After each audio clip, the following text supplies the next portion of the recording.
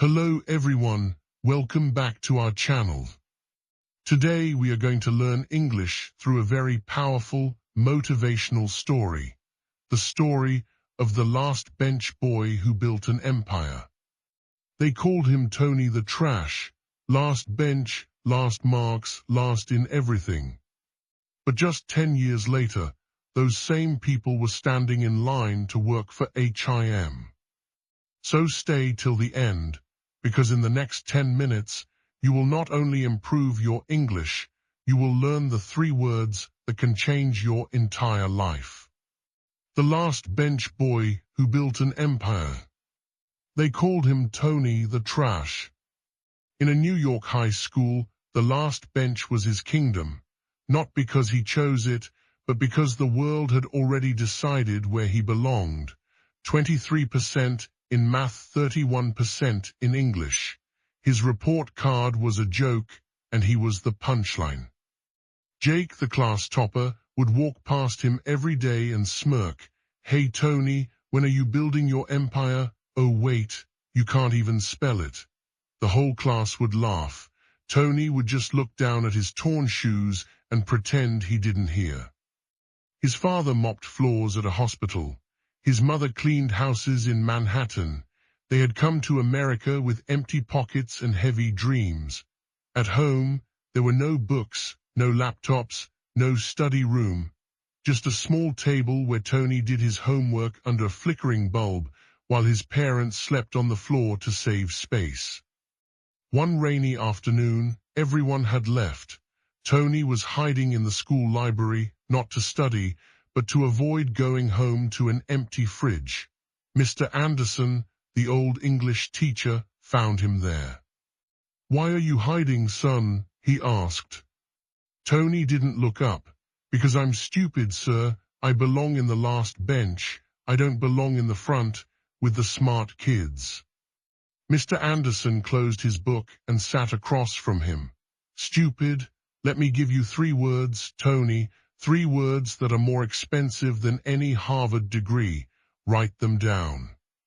Tony slowly pulled out a cheap diary. Word 1, observe. Stop trying to speak. Start watching. Watch the toppers. How do they take notes? How do they ask questions? How do they walk into a room? Success leaves clues, Tony. You just have to stop crying and start collecting them. Word 2, borrow. You think you have nothing? You have the richest library in the world inside that phone in your pocket. Borrow brains. Watch free lessons on YouTube. Ask the shopkeeper how he manages money. Ask the janitor how he stays happy. Knowledge is free. Only excuses are expensive. Word 3, build. Everyone is waiting for one day. One day I'll start. One day I'll be ready.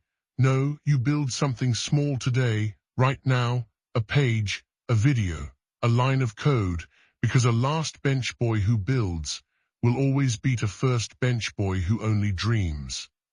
Tony looked up. "But sir, I have nothing to build with."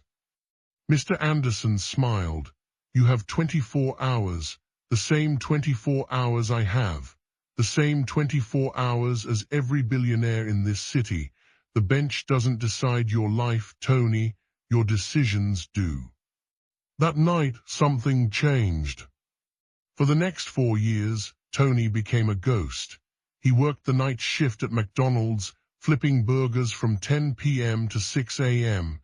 Then he'd go to the public library and sleep for 2 hours on a chair. Then school, then back to the library until his shift started again. He observed. He watched coding tutorials on free Wi-Fi until his eyes burned. He watched how the manager at McDonald's handled angry customers. He watched how the bus driver remembered every regular passenger's name. He borrowed. He didn't have money for courses, so he asked every single customer, "Sir, what's the biggest problem in your business?" He filled notebooks with their answers. Plumbers, shopkeepers, taxi drivers, they all became his teachers. And he built.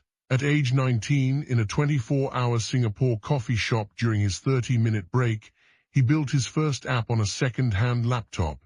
It was for small vegetable vendors to track their stock. It failed, so did the second app, and the third, and the seventh.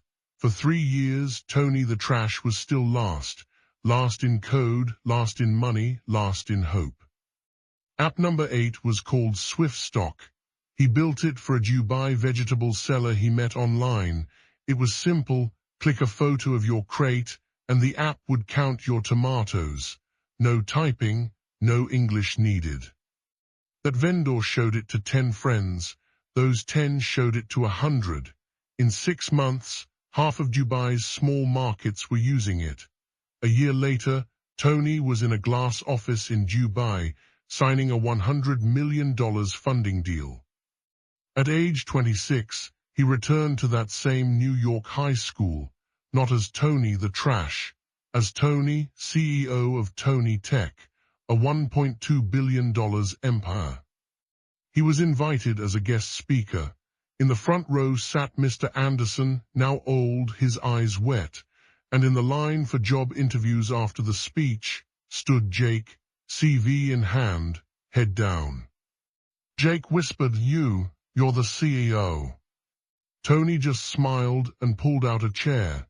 Sit down, Jake. The last bench has a seat for you too. He stood on that stage and told the whole school, everyone asks me my secret. It's the same 3 words a teacher gave me on a rainy day. Observe, borrow, build. I didn't fight to get to the front bench. I built a bigger classroom, and now I hire from the last bench first. That evening, after everyone left, Tony walked back to the empty classroom. He went to the very last bench and sat down. For a minute, he was 16 again, broke, scared, alone. And he smiled, because he realized the last bench was never his prison. It was his power.